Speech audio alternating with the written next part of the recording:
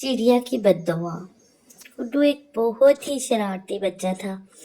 हर किसी को सताना, जानवरों और परिंदों को परेशान करना उसका पसंदीदा काम था। उनके घर में एक जामुन का पेड़ था, जिस पर परिंदों ने अपने घर बना रखे थे। उनमें एक सुनहरी चिड़िया भी थी।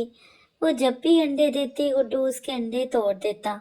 चिड़िया बेचारी रोती और फरियाद ही करती रह जाती, पर गुड्डू को तरस ना आता।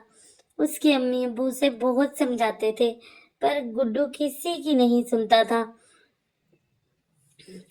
ऐसे ही काफी दिन गुजर गए। अब फिर चिड़िया ने अंडे देने थे, पर वो बहुत डरती थी कि अगर मैंने अंडे दिए तो गुड्डू फिर से उसके अंडे तोड़ देगा।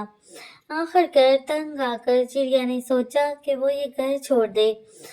गुड्डू कुछ दिन के लिए अपनी नानी के घर गांव गया हुआ था। पीछे से चिड़िया के खाली घर में एक कवि ने अंडे दे दिए और वहां रहने लगी। गुड्डू जब वापस आया तो ये देखने के लिए कि चिड़िया ने अंडे दिए कि नहीं, दरख्त पर चढ़ने लगा। कौवों ने जब देखा कि ये तो हमारे अंडे लेने आ रहा है, तो चोंचे मार मार कर उसको जख्मी कर दिया। गुड्डू रोते चीखते दरख्त से गिर गया और उसकी टांग भी टूट गई। फिर और भी बहुत सी चोटें आई। वो परिंदों को तंग करता था, इसलिए उसे सजा मिल गई। अब गुड्डू ने कभी फिर किसी परिंदे के अंडे तोड़ने से तौबा कर ली।